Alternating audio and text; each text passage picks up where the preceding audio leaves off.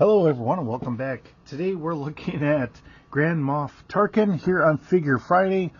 I picked him up a little bit ago, and as you can see I'm starting to get a little bit of dust on here.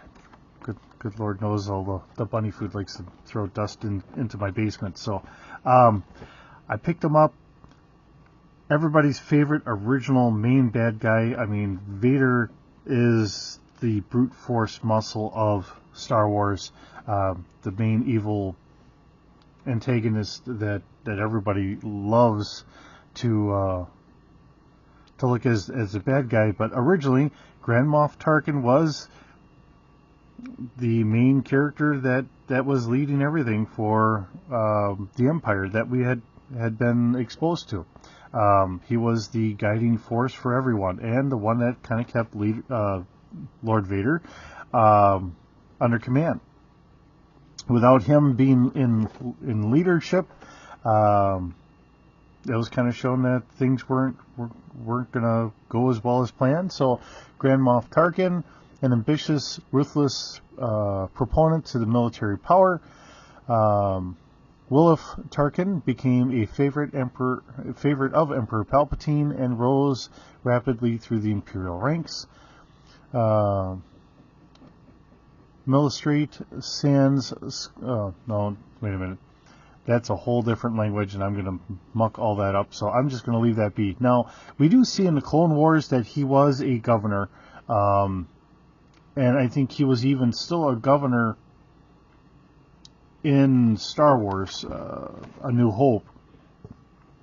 But he had rose up through the military ranks, which he did have some prior experience with, and when the Empire had taken over, Tarkin had really become a favorite of Palpatine and was really given a lot of control. And I think that they did a pretty good show of that during Rogue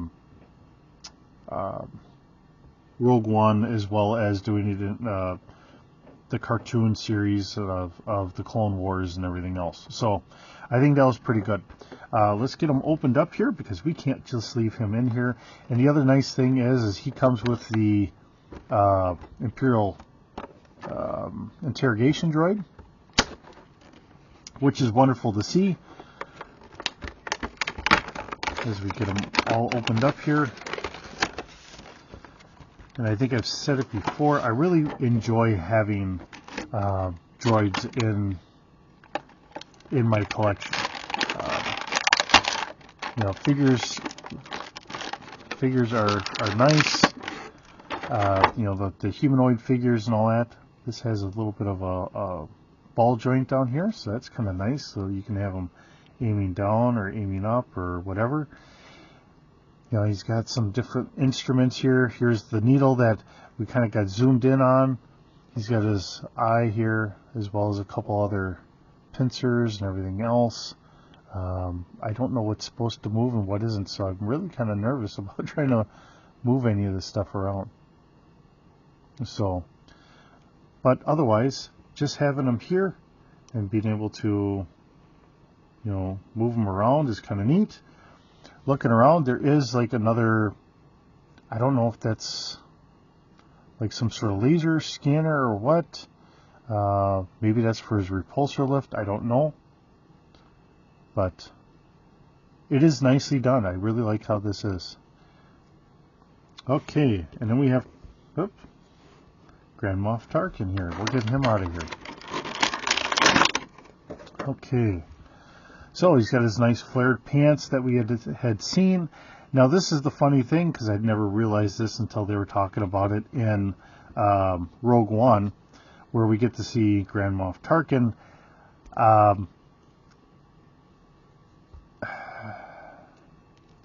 When they were really originally shooting, the boots hurt his feet, so he was actually walking around in slippers. So they just made sure he didn't get filmed from like a certain point in the waist or whatever down. So when they had to do it for Rogue One, they had to kind of redo everything. And I can't think of his name offhand, although in British cinema he had played Sherlock Holmes. He was a very esteemed actor. Sounds like he was not very fond of doing Star Wars after it had been done. I don't know if it comes off because he played a more evil character than what he was used to, and you know, I can't really say, but you know, he did a really good job. He was a phenomenal actor, did a good character for Tarkin. Yes, I know about him doing English movies as far as being Sherlock Holmes and all that stuff, but he'll always be Tarkin to me. And you know, it's his portrayal and the like. Figure wise, we do have our standard ankle, so it goes back and forth, so we can have him stand appropriately. His ankle goes back and forth. He does have the double knee. With his uniform, though, the way it sits, and with the boot, I really can't get that all the way up. So, depending on how you're trying to kind of have him go, and his boot goes all the way up, so we don't have a swivel in the calf. Although, I'm trying to see if there seems like there is a swivel here. Okay, so just below the hip joint, there is a swivel there. And he's very stiff here. So we do have the legs, and of course with his Imperial tunic here, he doesn't sit very well, so he's going to be more of a standing character. However you put him, he's going to be standing. He's got the single joint here at the elbow, and a single joint here, single ball joint here, or whatever. He doesn't have that double ball joint to be a little bit more animated. I think it works fine for him. It really does, because you know, he is a little bit smaller in size, you know. But the other thing is, he's a commanding figure.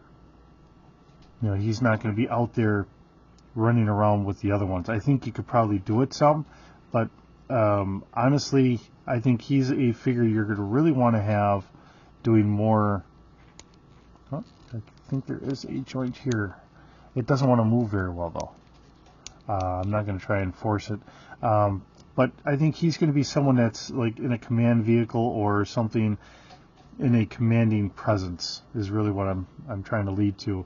We don't have a gun with him. Not saying that we couldn't get one. But I think having him there, I think he's going to be the one telling other people what to do and how to get the job done, not doing it himself. So he's in that regard, he is a little bit more of a basic figure, but just the presence of having him in a command would be phenomenal. So if we get like some sort of diorama or backdrop going, I think if you have him in the back, you know, yelling at stormtroopers to go attack someone or something, I think that would really work out really well. So with that, it is a little bit shorter video with him, but you know, it is impressive. And of course, he can have his droid interrogate you if you disagree with this. So with that, hope you have a wonderful day. Hope you enjoy the figures that I get to display for you. It's fun bringing them to you every Friday. So here we are. Hope you have a wonderful day. We'll see you in the next video.